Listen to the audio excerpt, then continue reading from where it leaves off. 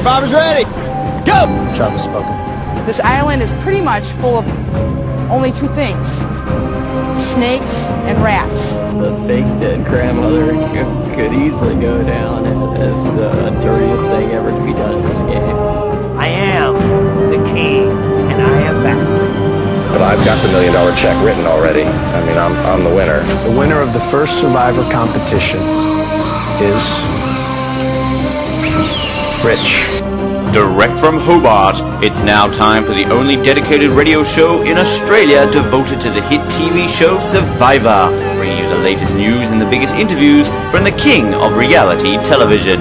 It's Survivor Oz, and here's your host, Ben Waterworth. Yes, hello everybody, and welcome once again to Survivor Oz, Australia's #1 TV and film podcast. #1 again last week with our Jeremy Collins exit interview. Thank you very much for your support. We are here today for another exit interview as we speak to the most recently eliminated contestant from Survivor, Juan Del Sur, Wes Nale, and we are about to bring him on the show to chat. But before we do, as always, just a brief moment of your time to mention the fantastic preview article that Noah Groves, our Ozlet extraordinaire, writes and goes alongside with this exit interview. If you do listen to us via a service such as iTunes, Stitcher, or any other podcasting online service, you obviously don't get to see the article that goes alongside of it. So if you head to survivoroz.com, you will see a full written preview ahead of the double episode this week of episodes 11 and 12.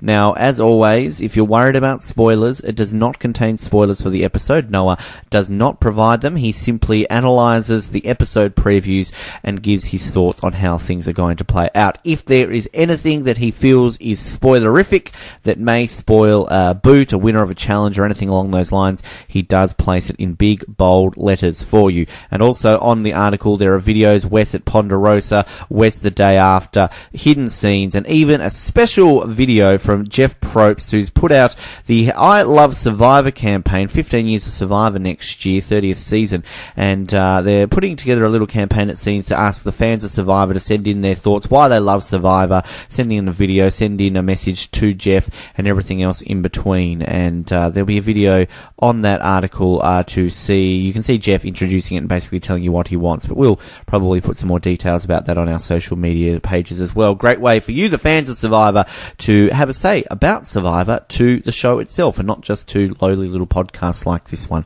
But we are here, of course, to chat to the most recently eliminated contestant from Survivor, Juan Del Sur. He was eliminated in last week's episode 10 in another fairly complicated and interesting boot. I do speak, of course, of Mr. Wes Nale, and he is with us now. Wes, welcome to Survivor Oz. Alright. It's a pleasure to have you here, mate. Obviously, it's been a few days now since it's all been wrapped up. Crazy tribal council last week that you're now out of the game. How did you feel going into that tribal council before everything went down? Did you feel as though you were in danger? Yeah, I felt like I was definitely in danger, and, but I felt like we had a good plan, strategized, and I felt like, we had a good idea of how it was going to go down, and, it just didn't fall in our favor. It didn't go as planned, and it just didn't work out for me. Didn't work out indeed. I mean, it was very crazy with the idols being played, and obviously it all came down to only a couple of votes that took you out there. I mean, we saw, of course, your dad try to give you the idol just before he played it. You didn't want to take it from him. I mean, what was the reason why you turned down taking the idol, Wes? And I guess now the obvious question, do you regret not taking it from him? Yeah, I mean, I do regret it somewhat, but then again, I've done it all. It was his idol. He was going to play it how he wanted to play it. I wasn't going to take his idol from him.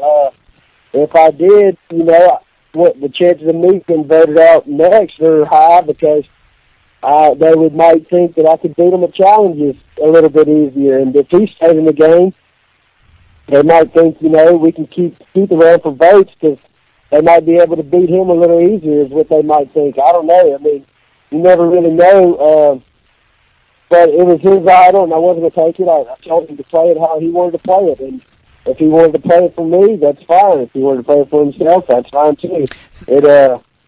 Or I could have kept the idol, and I would have stayed in the game with an idol. He would have went home, and I could have been left in the game with an idol too. And we talk about all the scenarios and situations, but you never really know till it happened, and that's the way we went. And I regret it, yeah, but I don't regret it at all. In the same way. As long as he's still in the game, it's still a chance for a nail, I guess, there, Wes, to try and win the game at least, I suppose. That's right. Yeah, that's the main thing there. I mean, what was the situation like? I suppose we saw at the tribal switch when things were mixed up. You were the only couple left in the game that didn't get a chance to play with each other there. You were still on separate tribes. Did you feel at that point that was beneficial for your game more so there than actually getting to play with him? Because, I mean, we saw kind of with some of the couples on New Koyopa that they were obviously targeted. Your dad managed to survive. But do you feel, had you gotten the chance to work with your dad at the switch, things might have been different? You might have been able to work some different alliances there? Yeah, it would have been great if we could have, worked together at the tribe swap, and I could have figured out how he's been playing, and it could have been bad too. We did good. We won challenges, and during the tribe swap, and but I can only think of, as we're winning these challenges, if we're not voting nobody out, if they are. We could have put somebody from our tribe and put them over there. Hopefully they wouldn't have got voted out if it was part of my alliance, but I don't know, it could have worked out both ways, I guess, and he kept coming back. I kept seeing him the next day and the next day and the next day after we'd win, and I was happy about that, so I figured us being the only team that wasn't playing together, it worked out good for us because we both survived until the merge. Very much so. And then, of course, things sort of didn't go to plan too well when John and Jacqueline sided with Jeremy's alliance and didn't go with the whole Josh side of things. I mean, if they had have sided with Josh and you'd still been in the game and had these numbers, I mean, what was your dad and yourselves' plan? I mean, were you going to stick with a certain pairing for the long haul? Were there plans being thrown out there of what you would do at certain points in the game? Yeah, that was our plan, to stick with that alliance, and we tried not to lie, and we knew it was a lying game, and everybody was going to, but that's what we tried not to do, and I think we were kind of in that alliance for the long haul. I told him, my dad, I was there with Alec and Josh since day one, and I trust them the most, and of course Reed was going to trust Josh, and he was going to trust him. Keith was going to trust me, so that's 5 that we could have trust. Had to worry about Alec, and Alec stayed true to us, and all we needed was 2 more votes, just a couple or singles, and we just couldn't persuade and couldn't swing it, and it just didn't go our way.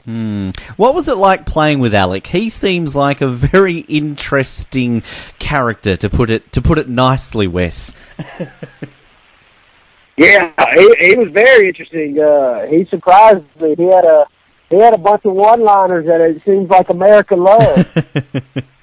I think you could definitely say that. I mean, he's interesting. I mean, we saw the situation with Drew, of course, early on. But do you think is Alec being underestimated? Do you feel as though he's got a shot at going a lot further than people are really giving him credit for? Yeah, I do. Me and Alec talked a lot more strategy than it showed us talking, and I don't know, they could have showed us talking a little bit more strategy. I mean, we had part of the game plan too that was going to go down and how it was going to go down, and it doesn't show us really talking to me or him talking strategy much, and I feel like me and Alec played a big part in that, but no one's going to give credit to us because they don't. The show didn't show it, so yeah, I feel like Alex got a big chance to take it to the end.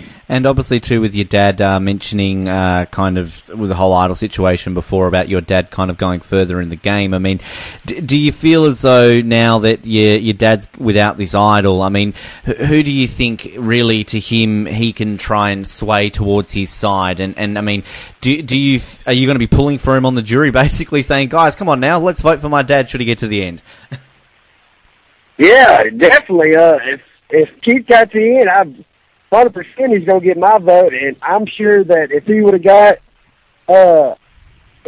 got with two other players that, weren't too good, I feel like it'd be really easy to persuade. I mean, everybody liked him. He didn't really, talk bad about too many people, and I feel like it'd be an easy persuasive vote because everybody liked him, but who knows? He might be stuck with two good players, and it might look bad. So see how it all plays out. It's all really up there. Yeah. I feel that it's not just players in the game. I mean, so many Survivor fans are talking about your dad. He's got a very big cult following out there. I mean, he really has got this strong fan base going for him at the moment. He does have a strong fan base, and he doesn't have any social media, but I do, and I've seen a bunch of things saying, we love your dad, we love Keith. Tell him we hope he wins. We love how funny he is, and we enjoy watching him every night. And that really surprised me, and I'm happy for him. Very big fan base. Now, we'll have a listener question, which I'll close it out with in just a second, Wes. But one thing that I'm sure a lot of people have been talking to you about last week's episode, the whole chicken nugget situation. Now, have you gotten any offers from any other chicken nugget competitions out there in America to kind of make a celebrity guest appearance now that that's gone to air? No, I haven't got any guest appearances for chicken nugget contest. I was one time in high school when I ate all them babies, and I was back in prime, and I don't even know if I could do it anymore. I haven't attempted 58 nuggets in 4 or 5 years. Maybe something that you can put on the bucket list. And also, like, in Ponderosa too, I mean, you did your fair share of eating. It was 11 pounds you put on in one night? That was incredible. 11 pounds in one night. The doc says the craziest thing you've ever seen, a half pound an hour. That's right. Wow, that's a unique record to have. I got a list of questions. It's kind of still on the subject of food here. Matthew Schmaltz has sent in a question, and he says, Wes, what did you prefer eating, the tacos or those chicken wings? Definitely those tacos, because those 25 damn wings cost me $1 million. So the tacos definitely were 10 times better than those wings. Both very memorable, or unmemorable in terms of certain things that happened with both of them. So there you go, Wes. I will say to you, mate, this has been a huge pleasure having you on the show. Thank you very much for your time today, and we look forward to getting you back on the show in the future. We'll chat more about Survivor for you after the season's all done with. Oh, yeah, I agree with you. I'm in. There we have it, Wes. Great chat there, and always, of course, appreciate the time given to us by the the eliminated contestants. I'm not talking about Big Brother anymore, the eliminated contestants. So thanks to Wes there, and as always, we do pass on our appreciation to CBS and Channel 9 for arranging these interviews for us. Housekeeping matters for you right now to close out this episode. Of course, our Oztopsy is back live, 10:30pm. Australian Eastern Daylight Savings Time after the Australian airing. Now, there's been some varying reports on how Go is showing this week's episode. Our TV guides down here in Tasmania show it finishing at 10:30, that it starts an hour earlier from 8:30 to 10:30. However, some other TV guides around the country are showing it goes from 9:30 to 11:30. We're going on the basis that it goes from 8:30 to 10:30. We will be at our regular time.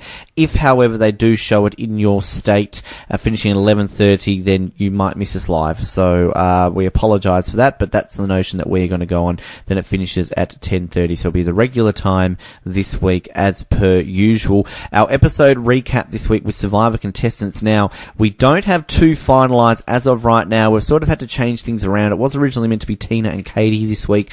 That's changed. We do have Jonathan Penner on board to do this one. Now, we are trying to get Coach to settle down and lock it in so we can have Coach and Penner on an episode together, which will be great. We are just, again, waiting for official confirmation. You will see it on our social media once we have it there for you. Stay tuned for that. Power rankings with Troy, Zan, myself, and Noah will be out next week. We're into the last couple now. I think we've only got 2 more to go before we wrap that up for the season. As always, feature article Monday, today being Wednesday. Check out Joppy's Top 10 on the Top 10 Survivor Sweethearts, another great article.